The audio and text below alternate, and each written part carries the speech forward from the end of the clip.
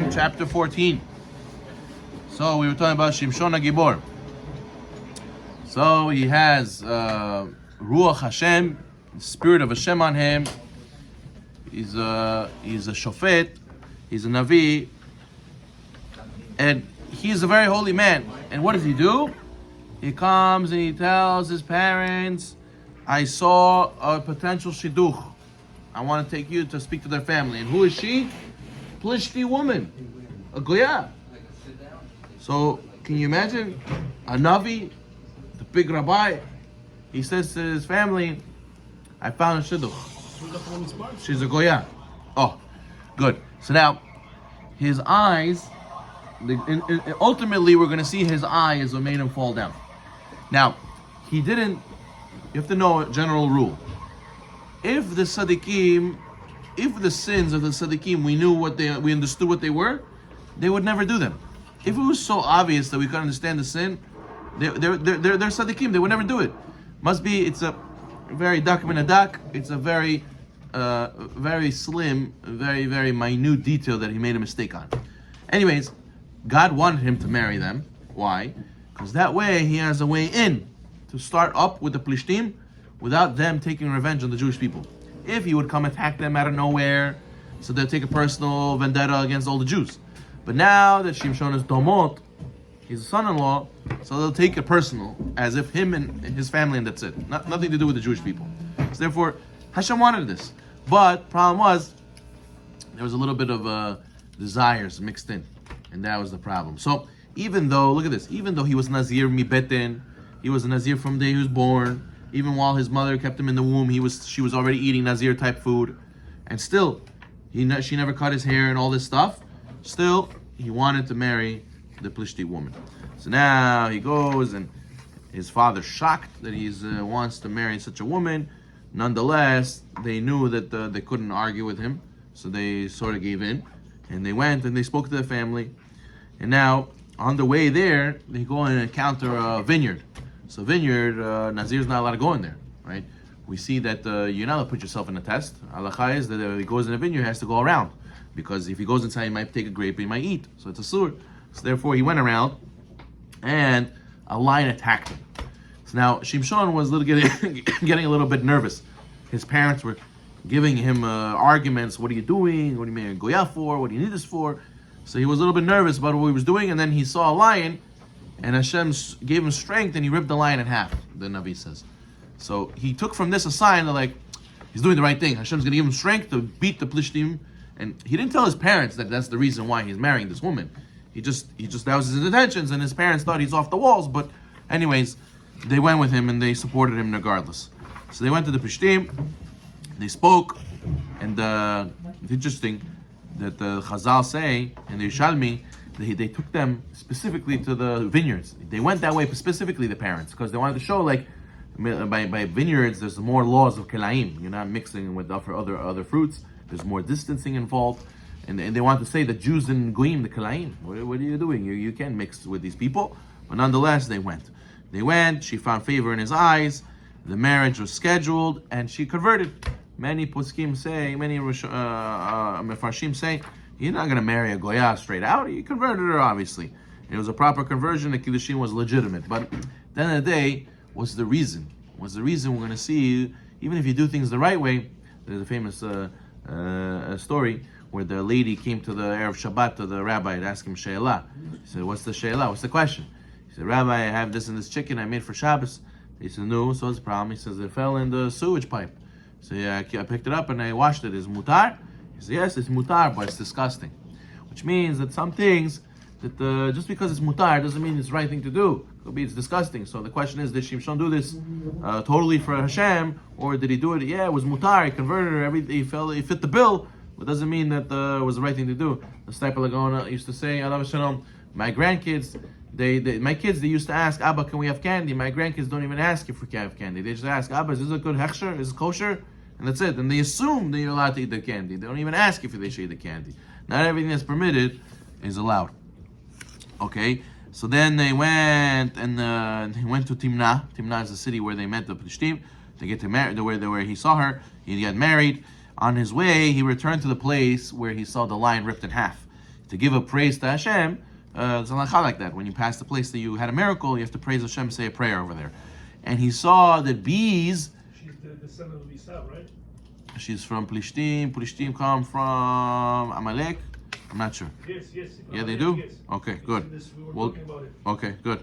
So what happens? So then he goes back to where the lion is, and he sees there's a beehive. A beehive grew inside the lion's body. Shimshon ate from this honey, and he gave some to his parents, and he didn't tell them where it comes from.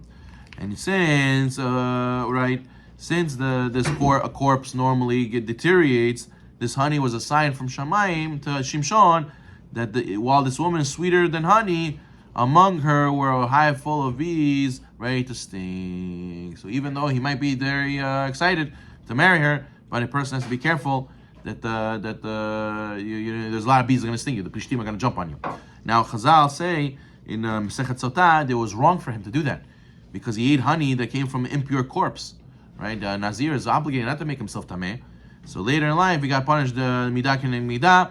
We're going to see soon Shimshon got very thirsty, and Hashem had to make him a miracle to drink from the jawbone of a donkey. We're going to get there later, but it was not right that he ate from this honey.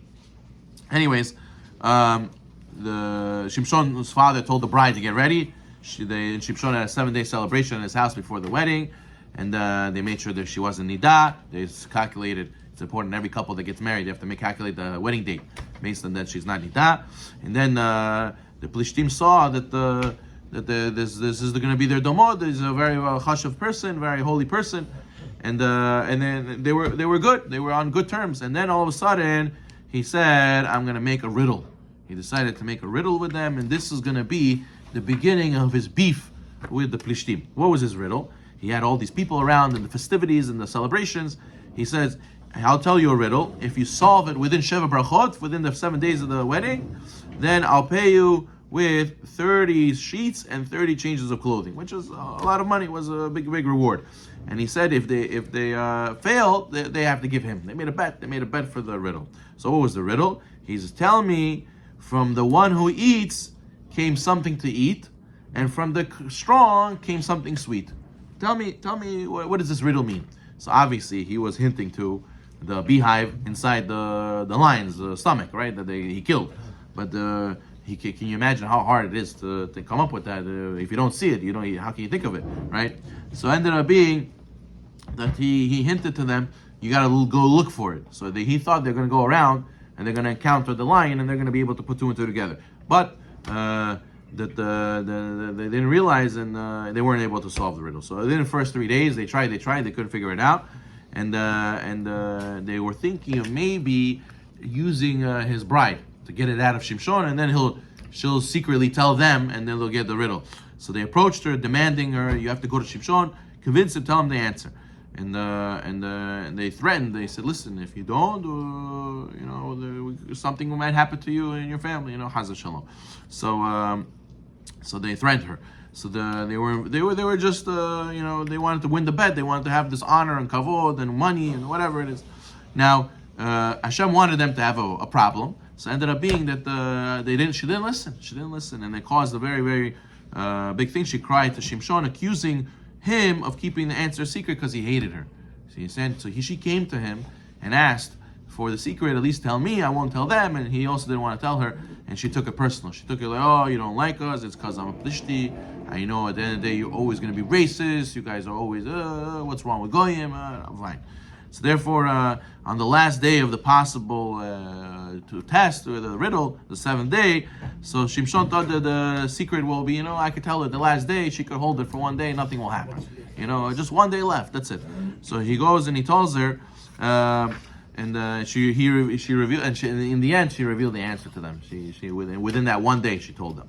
So now the Plishtim came to Shimshon right before sunset, right there before the end of the day, and he asked them, what is the riddle? They answered the riddle. What is sweeter than honey and what is stronger than the lion? So they got the answer. Shimshon said, I knew it. It must be only through the wife, right? Only through the wife. This is the only way they would know. How do your in-laws know anything? Only through the wife. That's the only way they know anything, right? So then he went, he said to them, you will never found the explanation to this riddle if you didn't plow my calf. What that means, he was hinting to them that that you guys used my people, my stuff to find out the answer. You didn't really do that. What did he do? He got up. The Spirit of Hashem went upon him, and he went to Ashkelon, killed 30 men, took their sheets and their clothing, change of clothing to pay them, and he only paid the chalifot, the outfits. He didn't pay the sheets. He paid half. Why? Because Mamon Amator Besafek, right? Because he couldn't prove it that they took it from the secret from his wife. So I'll only pay you half. I don't believe you guys, but I'll only pay you half because you have a safek. And Shimshon felt, I don't really need to pay them anything technically, so I didn't give them the sheets. But what did he do? Again, he wanted to cause more animosity. Paying half, I think paying half is more chutzpah than paying nothing.